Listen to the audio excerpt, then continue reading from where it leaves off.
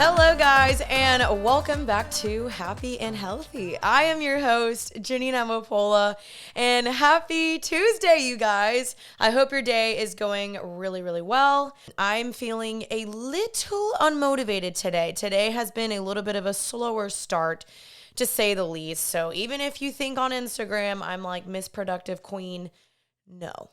Sometimes I have my struggles in my days, and today has been one of those days, and I have not literally worked out in like probably the last 2 weeks. And so it's just been kind of one of those seasons in my life where just things have been crazy. So if you're feeling that right now as well, you are not alone. Don't stress. But welcome back to the podcast. Super excited to have you guys listening today. If you click this title because you're like, ooh, I want to hear some dating tea, then girl or guy, I got you. I'm super excited for today's episode because I love talking about dating. And I know that you guys like hearing about it as well. Like, I know that when I'm looking online or I'm listening to other podcasts or TikToks or whatever the case may be, I love watching the dating ones. I think it's super fascinating to hear what someone else has to say, different perspectives, and especially this perspective because this is common dating mistakes. Now, I know it's a little clickbaity, but I am going to go into some things that I think are big mistakes that I've done from my own experience. I'm, giving you guys this advice of things to avoid, things I've seen friends do, things I've seen influencers do, things I've seen just overall that I'm like, oh, we should definitely avoid at all costs because this is dangerous and dating can really... It can hurt. Like, it can suck. If it's done poorly or done wrong, trust me, it ain't fun. And it's just something that it's not really like worth playing games with because it does affect your heart and there's someone else involved as well. So for today's episode, we are going to do common dating mistakes. And I'm just going to go through my list that I got right here. I just kind of whipped these out. And these are just things I thought of at the top of my head, but things I commonly see, consistently I see, and I've seen a lot of people do them and myself. So this is just some advice. I'm not a dating expert, but I do think I've been around the bend. I've had a lot of experience. I've learned a lot. I've read tons of dating books. I've interviewed people. I've talked to a ton of people that are very wise and read their books and listened to their podcasts and done enough dating sermons at church and all that to feel like, okay, yeah, like I think this is the right way. Now, it may not be for you, but these are just my advice, things that I would personally avoid, things that I don't try to do when I'm dating. And I just think that these can have wisdom and discernment around them. And I think other people would agree with me as well. Take it or leave it, up to you. But these are my common dating mistakes to avoid. Let's get into it, baby. Okay, so the first mistake I think a lot of people do, and also been there, done that, is rushing into the relationship. I know that there's butterflies and it's fun, and in the beginning you're like, oh my gosh, this is my person, he's the one, I'm gonna marry him, and you let your mind jump 20 steps ahead when you're still at maybe step 2 and he's probably at step 2. I don't know. But my number one advice is to avoid rushing into it. Avoid rushing into saying, I love you. Avoid rushing into talking about marriage early on, being super infatuated. In the beginning, there's all these butterflies. There's all these sparks. There's all these feelings. There's all these emotions. You're excited about the person. I totally get that, like 100%. But I really do think that there is wisdom and discernment within taking things slow, really giving everything time, because true colors will always be revealed whether you like it or not. Within, I've said this before, if you listen to my podcast, within the first 3 to 6 months, even a little bit more than that, like you're still evaluating this person. You're seeing, are they who they say they are? Do they have fruit of the spirit? Are they godly? Is this person really a good person? Is this someone I actually enjoy? And so just not looking at the physicality, the outward appearance, just chemistry, sexual tension, all that stuff, looking at their Instagram and just diving into it, because it's super easy in the beginning to be in the honeymoon stage and to be infatuated, and all that will fade eventually, which sucks. Like, it does. Like, the honeymoon stage, all the butterflies, all the sparks, like that fades. Now, unless you have like a really awesome relationship. Like, I've heard of couples be like Still to this day, 10 years into our marriage, I still get butterflies, which I think is awesome. That's so cute. I want that for my marriage, of course. But the initial honeymoon stage where all the sparks are flying, that will fade eventually. So don't rush into it. Give everything time. Ask the good questions. Don't just like think like, oh, this is the one, this is the one, this is the one, like right off the bat, like especially if you've only gone on like maybe 2 dates. Now, maybe if you think that, maybe if the Lord's told you that, that's awesome. But I wouldn't express that right off the bat. I wouldn't have it so set in your mind right away, like this is my person and like I just love him and he's going to be my person forever. You know what I mean? So I just see a lot of couples really rush into things. They start dating like 3 weeks later, they've, are saying I love you and they've ditched all their friends, which I'll get into. They're posting about each other, which I'll get into. Like really give it time. You really want to see who is this person in multiple situations, circumstances. Have your friends evaluate this person, which I'll also get into. So just don't rush into it. Really give it time to see this person's true colors. Number 2 is dating in isolation. Oh my gosh.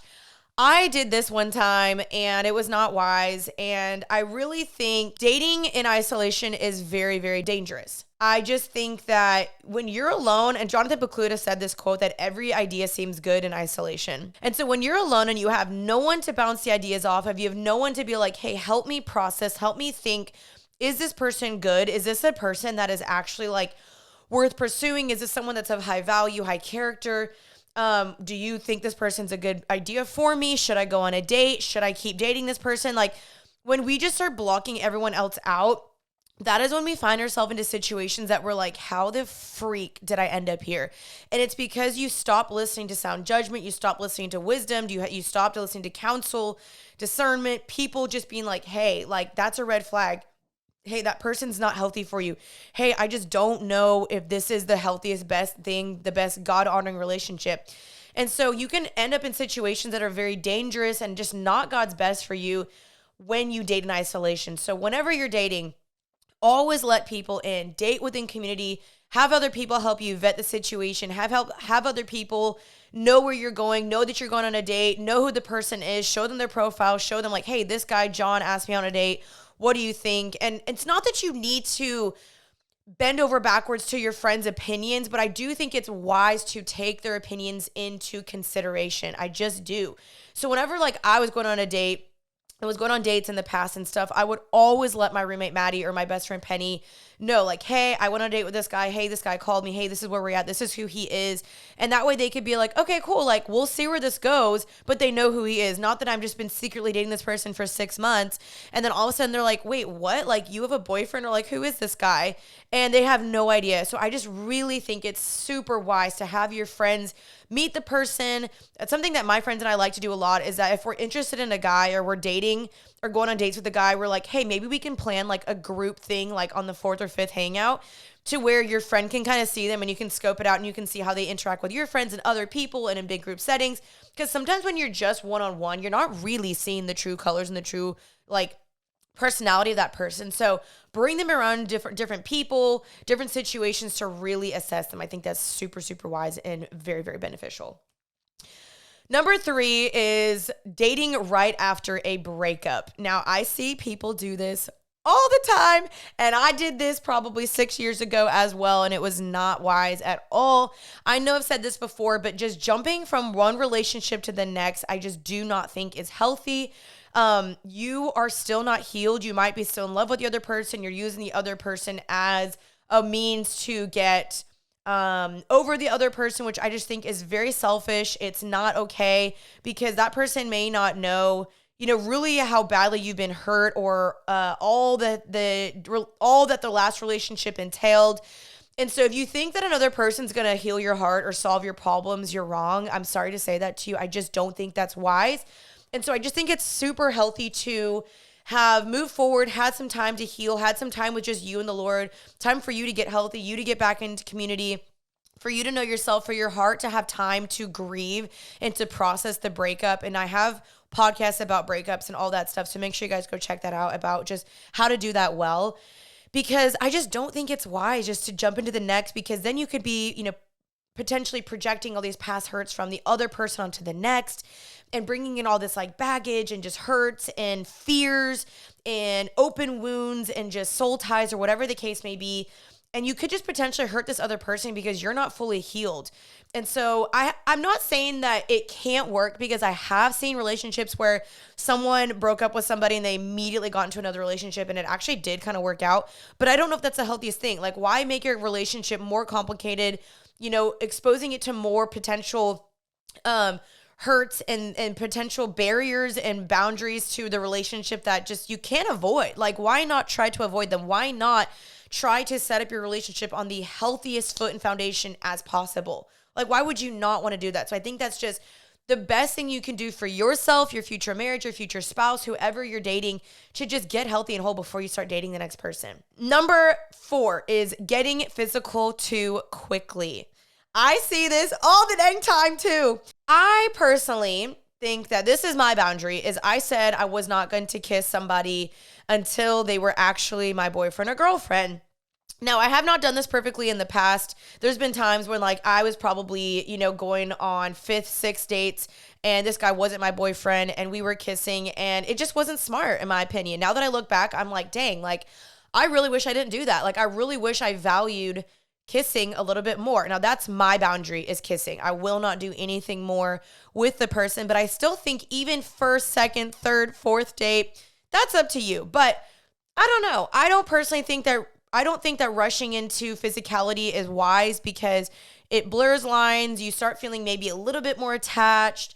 You start being like, well, we're already kissing. And honestly, sometimes when you start kissing early on, you stop getting to know the person because you're just rolling around making out on the couch and you're not asking each other questions. You're not doing other things. You're kind of just sitting at home watching a movie, making out. I just think that it's just not wise. So for me, my boundary was that I was not going to kiss somebody until they were officially my boyfriend or girlfriend.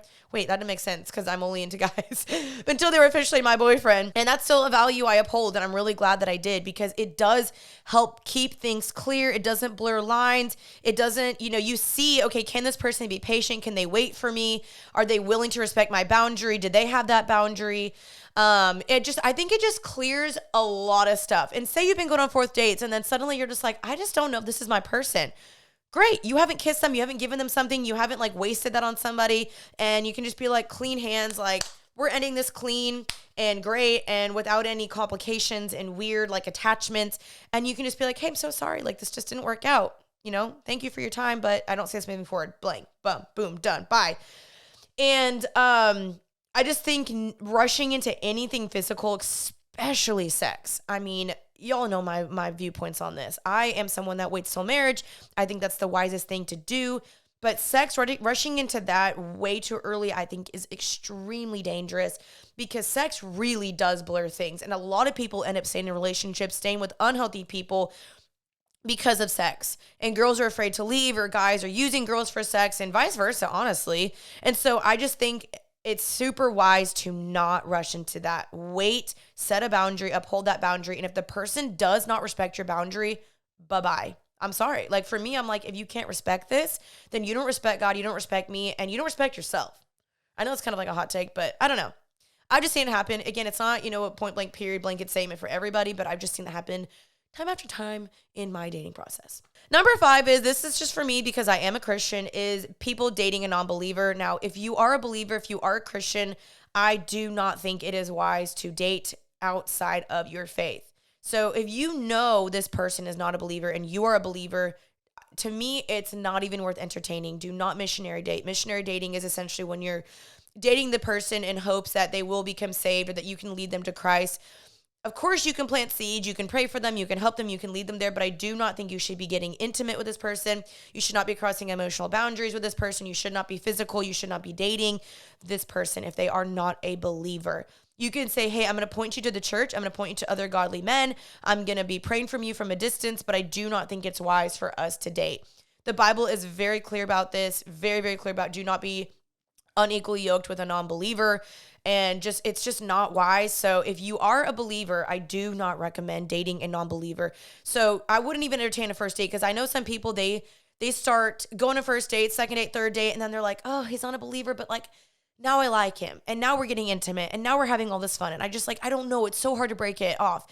And you get into the sunken cost theory, which the sunken cost theory is essentially that you've built all this equity into the relationship. It's so deep. You're so far deep in that you're like, but we've already been dating for 3 months, 6 months, a year. Like, I can't leave him now. And it's like, you can actually. Like, according to whom?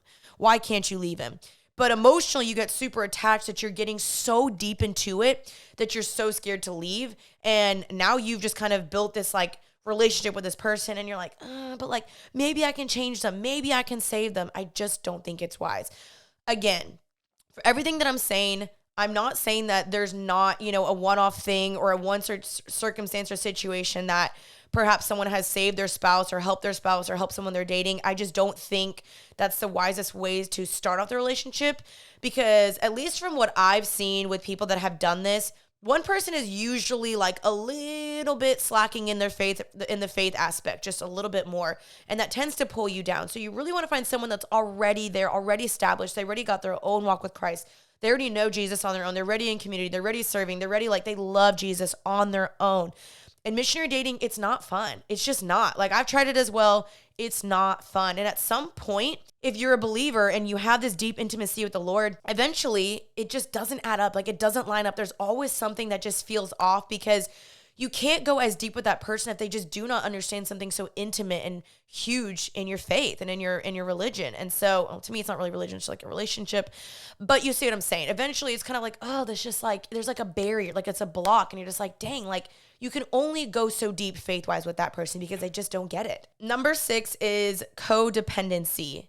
Now, this is kind of like a little bit of a buzzword, but codependency is essentially being dependent upon this person for everything, to where you don't even really know yourself anymore apart from this person. You rely on them for faith, for affirmation, for validation. You're with them 24/7. You don't even know who you are apart from this person anymore. You've glued yourself together with this person when you're not even married. You're just dating, but like they become your entire world. And so this can look like ditching all your friends for this person because you're only with this person 24/7. All of a sudden you get in a relationship and you're like, bye, sucks. Like you guys suck. I'm out. I'm dating this guy now. And your friends are like, wait, what? Like, I've been friends with you for the last 15 years. And all of a sudden this like random, dusty man comes along and now you just ditch me. Do not ditch your friends for a man or a woman. So I think codependency looks like that as soon as you get into a relationship, everyone else becomes irrelevant. And this person becomes your world and everything. And like you spend all this time with them and you're obsessed and you're infatuated. You in some sense start losing yourself because you're so attached to what this person says about you, who they say that you are, that you don't even know who you are apart from this person. When you're by yourself, you're like, oh my gosh, you get anxious. It's like that anxious attachment style to when you're apart from them, you're like, oh my gosh, I need to be back with them. You're like, miss you, I want to be with you. And you get that's like this weird, like obsessive relationship. And I've seen that become just very, very unhealthy in a lot of people that I know. And so just be very, very careful because codependency is very, very dangerous. And there's tons of books, tons of resources about codependency. I know that I was like this at one point. I know I was. And I read books and I went to counseling for it. And I'm really thankful I dealt with that because now I feel like I'm very independent. Of course, I miss, the person I'm dating. I want to be with them. But I also know myself. I know who God says I am first and foremost. I don't need this person to validate me. Sure, affirmation is really kind and sweet. And I love that in a relationship. And that's one of my love languages. But I don't need them to be like, you're amazing and you're because I'm like, I know who God says I am. I don't need you to fill this hole or this void because I'm already complete with me and God alone. But you're an addition. You're a benefit to me and hopefully me as well to you, because God did say in the Bible that it's not good for man to be alone. And so there is a certain dynamic that's really healthy within that of how you guys complement each other. But we were never meant to complete each other. We were meant to complement each other. And so that's where codependency becomes dangerous, is when you assume that that person's supposed to complete you. That's not how it is. So be careful to not ditch all your friends, lose your own hobbies, your own things that you used to be doing for this person. Suddenly they become your entire world. Everything that they're doing, you're doing. It's like you need some time for yourself. You need your own independency, your own hobbies, your own thing, your own friend group. Like you need that. And of course, again, there does come a time where things start to merge. Be careful in the beginning and just in the relationship to just not lose yourself and just place all your hope and your identity and your value into this person. Because again, what happens when they leave? Say you guys don't work out. Suddenly you're like, who am I? What am I? What do I do? Like, oh my gosh, this person was my entire world. They were everything. And now I'm like, what do I do about church? Who are my friends anymore? What does my work life look like? What does my time off look like? Because you ditched everybody. So be very, very careful about codependency. Number 7 is making that person like your God. So losing your own intimacy with God. Again, I've seen this happen a lot with people where people don't have a healthy boundary and a healthy separation between you and that person of like your faith. And I've just seen a lot of people do this where like they're reading the Bible together, they're praying together, they're doing all these devotionals together, they're going to church together, they're worshiping together, that everything becomes so, again, merged too early on where you guys are not one, you're not married, you're not in a covenant yet. Again, like you don't really know who God is for yourself because you think that this person is your spiritual leader when they're not yet. That's not the role that God has given them yet as a dating partner. That's the role that God's giving that person when you're married. And so sometimes, you don't even know God for yourself. You don't even have your own intimacy with God for yourself. You're not spending time alone with God because every morning y'all are waking up, you're reading the Bible together, you're praying for each other. Like you need to have your own relationship with God. You need to have your own thing with God, your own walk, your own reading time, your own devotionals, your own Bible study. You can go to church together. Of course, you guys can worship together at church, but have boundaries within that to where you're not making this person your God, because you can very easily, I've seen this happen, I've done this as well, where you make that person an idol in your life, where that person becomes your God. And so whenever you're dating, like this is my prayer always when I'm dating, is I have my hands open. I say, Lord, if this is the person you want for me, I pray you make it abundantly clear. You give me peace. You give me clarity. Other people see it. Other people around me are affirming it. Pastors are affirming it. Leaders are affirming it. My parents are affirming it. His friends, his parents, everyone around us is like, this is a good thing. This just makes sense. And so just being very careful that that person doesn't become your God and your idol. So I always want to have my hands very, very open to say, God, if this is the person you want for me, I pray there is favor, there's blessing, and there is peace. And if that is not my person, he will show you. I promise you. You cannot run away from the lack of peace. I promise you he'll show you. So if this is not what God has intended for you, be okay and willing to let that go, because you don't want less than God's best for you. I promise you. You may think that that person that you're dating right now is like your best and your best and your best. And he's like, oh my gosh, I can't see my life without this person. But if it's not God's best, then it ain't the best for you. I'm telling you. And it may seem right, but is it God's best for you? It may seem good, but is it God's best? And so ultimately, we always want God's best. So I think that should just be our daily prayer, or our prayer whenever we're dating is, God, is this your best for me? Like, this might be something I desire. It's good. It's fun. But is this what you want for me? Because ultimately, if it is God's best, it's going to be so blessed. It's going to have so much favor. It's going to just totally make sense. And you're going to feel so peaceful. And you want to be in a relationship that feels like that. And that other people see that as well. So let that be your prayer and be willing to let go of this person if that's what God says for you.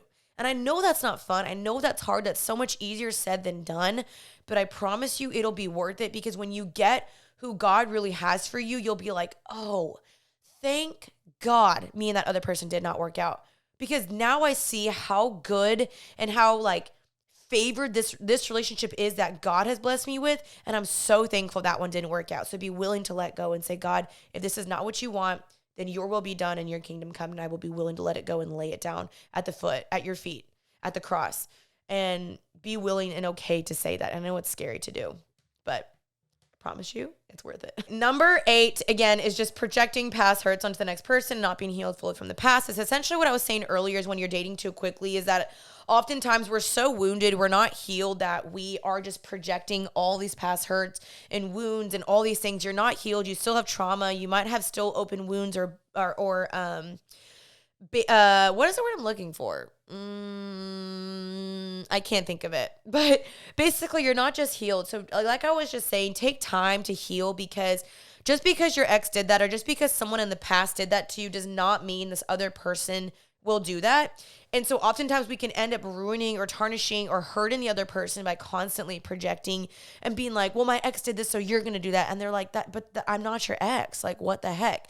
And again, it's not to say that when you're dating someone, like those old wounds, sometimes they do pop up. And if you're dating the right person, they'll tend to that very well. And they'll be very sensitive because they'll know your old triggers. They'll know your old wounds. And they'll be very sweet. And they'll know the old triggers to be like, hey, let me make sure I'm not opening up those triggers. Let me make sure that I'm not purposely opening up those old wounds and trying to hurt you. If you're dating the right person, they should try to avoid that.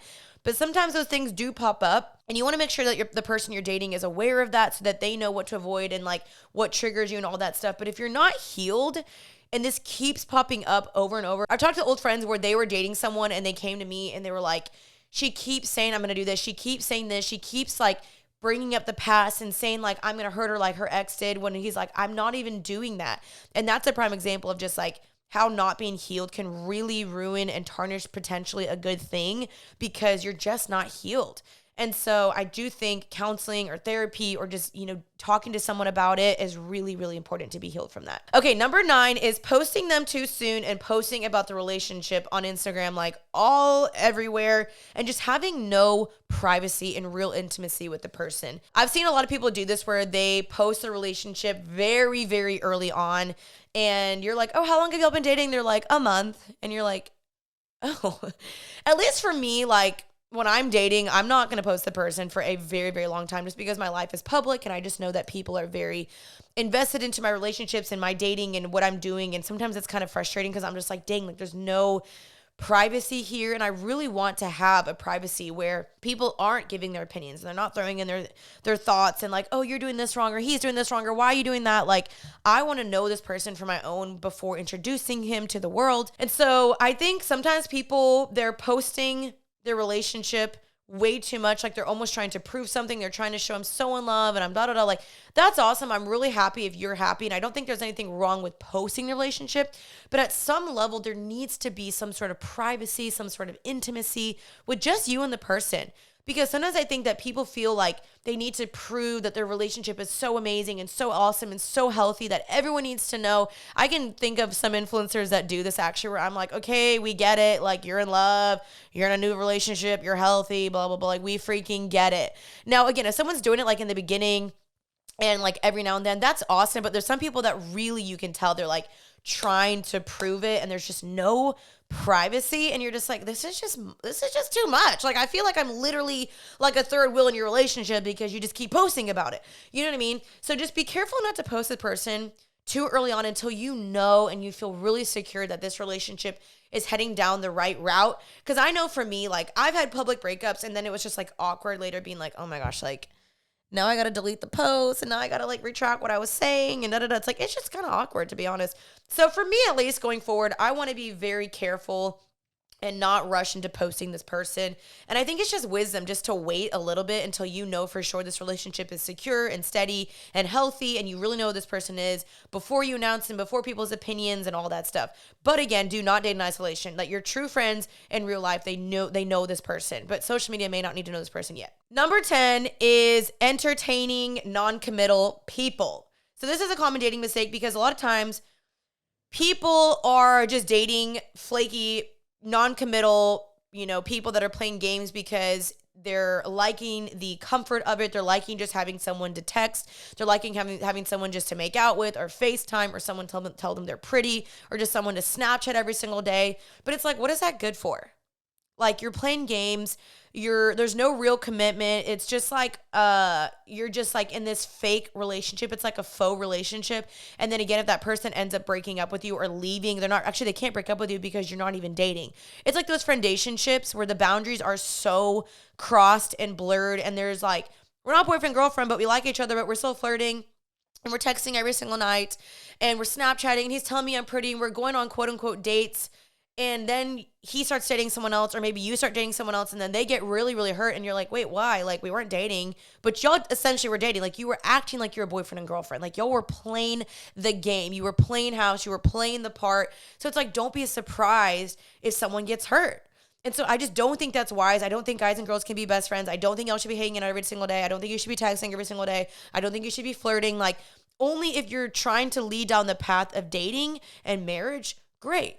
But apart from that, I just don't think that's wise. I think there's just boundaries and and lines that are being super blurred and crossed, and it hurts. It kind of hurts. And again, the friendationships, they suck. Like the in-between stage is never fun.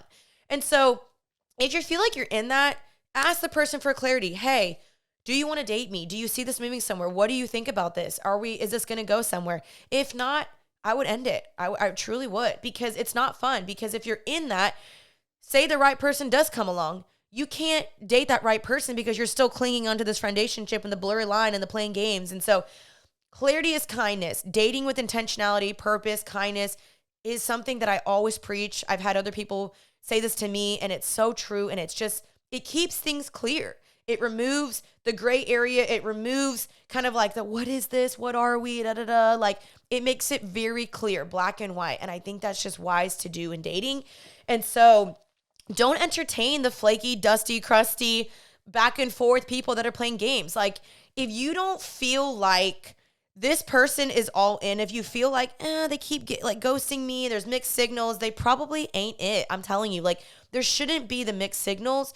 And that's usually your no. Like mixed signal is typically no. So I know that's like hard to hear, but it's the truth. And I've seen that within my own life. Like there was this one guy I can specifically think of that constantly we went back and forth, back and forth, back and forth. And eventually I was like, this is dumb. Like, what are we doing? Like, I'm not doing this mixed signal in between half and half thing anymore, because it blurred lines. It got my feelings all wrapped up. It was confusing. And finally I was like, we're not doing this anymore. I'm sorry. And then I was able to move on very, very quickly and date other people without feeling like I was like feeling bad for, kind of being attached to him and also going on dates. See what I'm saying? Just keep it clear. Don't have the weird blurred mixed lines. And if this person's playing games with you, then you have the right to say, hey, like, what are we? And if they can't clarify it for you, then you have the right to say, I'm moving forward. Like, I'm looking for a commitment. And if you're not, then you're not my person. Sorry. Like, good luck, but I'm going to be moving forward. Number 11 is within dating is gossiping about your partner, significant other versus actually confronting them. Now, again, with this one, I think there's, again, discernment, because sometimes you do need to go to your friends or wise people and be like, hey, what do you think about this? And you're not gossiping. You're just trying to be like, genuinely like, I see this person struggling with this, or they have this addiction. Like, what do I do? First of all, don't date someone with an addiction. I promise you, it does not end well. But there's discernment and wisdom within being like, hey, what do you think about this? Versus just straight up gossiping and dogging on your partner and not going to that person. Oftentimes, a lot of people go straight to other people first versus going to the person that actually like hurt them and that they have the actual issue with. I think it's super healthy within a relationship to just have the healthy, open communication and boundaries to just be like, yo, like this should be a safe place to where we can come to each other at any point and be like, this really hurt me. This bothered me. What do you think about this? What are your thoughts on this? Or, hey, I really see this issue. Or, hey, what you said last night really hurt my feelings. That's confronting and dealing with it and having healthy conflict versus going to someone and being like, I can't believe Steve said this to me. And then them being like, well, have you told Steve yet? And then they're like, well, no. And it's like, well, maybe you should go tell Steve. I don't know where I got the name Steve from, but that was the first name that popped in my mind. See what I'm saying? If there is something that maybe you've confronted the person about and they're not willing to listen or respect it, that's when you can maybe bring in community and bring in second opinions. And that's also biblical and scriptural. I think that's in like Matthew 25 or Matthew 26 about that. And so just be careful about that as well, about not just gossiping about your person and actually trying to go straight to the person and dealing with it with them, because that is the source of the problem, right? That's the source that hurts you. So be careful about gossiping about your person. You guys, this is the last one. And I also want to hear what yours are on the Happy and Healthy Instagram page when we post about this. I want to hear what your common dating mistakes are, because maybe there's some that I miss. And I hate when I go back and I listen to my podcast and I'm like, dang, I should have added that. But I'm interested to hear what yours are. Leave them in the comments down below on the YouTube video. But this is going to be the last one. Not setting boundaries and establishing them early. Now, this is scriptural as well. I think there's a verse that says in Proverbs, where there is lack of vision, the people perish. So if you and this person, you start dating and you've not established what are our physical boundaries, what are we doing here? You're going to fail most likely. when I'm dating, I really want to know right off the bat, like, are you waiting for marriage? What are your boundaries within kissing? What are your boundaries within like sexuality and purity? And I just think not establishing that is just going to cause you guys to fall. So establishing that I'm very, very early on is very healthy in my opinion. I've seen it work. I think it works. I've seen it work for other couples. And so I just think having a boundary is very healthy. Even boundaries within talking about marriage. When you're very early on in the relationship, I don't think it's wise to be talking about marriage already being like, when are we going to get married? What's our date? How many babies are we having? You know, like what size ring am I going to get? Where's our wedding venue? All that stuff. That can come obviously as the relationship is progressing and you know this as your person. Other people see that this is a good person. Then like y'all know like, okay, yeah, like I do want to get married to this person. And then you start eventually talking about it. But in the beginning, I just don't think it's wise to cross those boundaries within intimacy. Like I said, emotional boundaries, faith boundaries as well, but especially physical boundaries. You want to establish those on very, very early on, because if that person over here is like, I want to have sex before marriage, and you're like, I don't, that ain't your person, because your boundaries do not line up. And if that's your boundary and this person's trying to push that boundary, that's also not your person. That's a very unhealthy person that does not respect you. And so they keep pushing that boundary. That's not someone you want to be with. And so I just think having boundaries is so, so important. And again, I've talked about this in my last podcast. Dr. Henry Cloud is incredible about talking about boundaries. Look him up. He has tons of resources, podcasts, books, tons of things regarding boundaries within dating, friendship, work, marriage, all that stuff, and just boundaries in general. So definitely look that up. Okay, so those are my 12 common dating mistakes that I see. What are your thoughts? What do you guys think? Do you agree with me? Do you disagree with me? Sound off in the comments and also on the Happy and Healthy Instagram. I hope this was helpful and just kind of gave you guys some more wisdom and stuff. Again, I've seen these in my own life. I've done some of these as I've been dating. I'm 27 now. Like, I know now what to do and what not to do. I've just seen this within my own friends and my own community. I've had other people correct me in these things. I've listened to resources, podcasts, books, tons of dating stuff. So I really do think that these are wise. And if you don't agree with me, that's okay. Like, that's totally fine. But I'm just trying to look out for you guys. I really want the best for you. I want your dating and your marriage and everything that you're doing to just thrive. And so I really hope you guys will take these to heart and think about them, pray about them, discuss these with your friends and be like, yo, listen to this podcast. What do you think about this? And you guys can discuss it together. But before I end this podcast, I just really quickly want to feature a voice memo from a lovely, lovely listener. Her name is Julie. She sent this in to me and I thought it was so sweet. So I wanted just to end on this and then we'll close out the podcast. Hello, Janine. My name is Julie Gray, and I just had to come on here and tell you how extremely thankful I am for how connected you are to your followers. The other day, you posted something on your story, and I just replied to it thinking you were never going to see it, but like 2 minutes later, you replied to it, and I was like, yeah, no big deal. Janine Amapola just texted me back like, yeah, it's fine. No, it was a big deal. I was freaking out. But it really just got me thinking how you humble yourself, like to me at least, and I'm sure other followers, like you are an influencer. But when you just do those simple things by like reposting our story and your story or replying to DMs, like it is truly impactful. So I just wanted to come on here and say a huge thank you for that. And not being an influencer to us, but being a friend and a sister in Christ. I am wishing you the absolute biggest blessing on your personal life, your work life, and your spiritual walk. So cute. Julie, thank you so much. I love that. That like made me like so happy and just so warm. I love when you guys send those in, and thank you so much, Julie. I really do try to respond to you guys a ton on my Instagram. I really try to connect with you guys. I really try to show you like I'm a normal girl, like I'm just like y'all, and of course I might have a platform or whatever, but I love helping y'all. I love communicating. I love hearing from you guys. I love the DMs. I read them a ton. I try to respond a ton. So I do see you guys as my friends, and that's why I made this podcast, is just to help y'all, to be a friend, to be an older sister, a bigger sister, a friend that just gives you guys advice. So thank you so much, you guys, always for listening, for supporting, for donating monthly if you do. And you guys mean the world to me. Thank you so, so, so much. I'll have a guest next week for an amazing episode. So stay tuned for that. I'll see you guys next Tuesday. Have an amazing day, and peace out, Girl Scout. Bye, guys.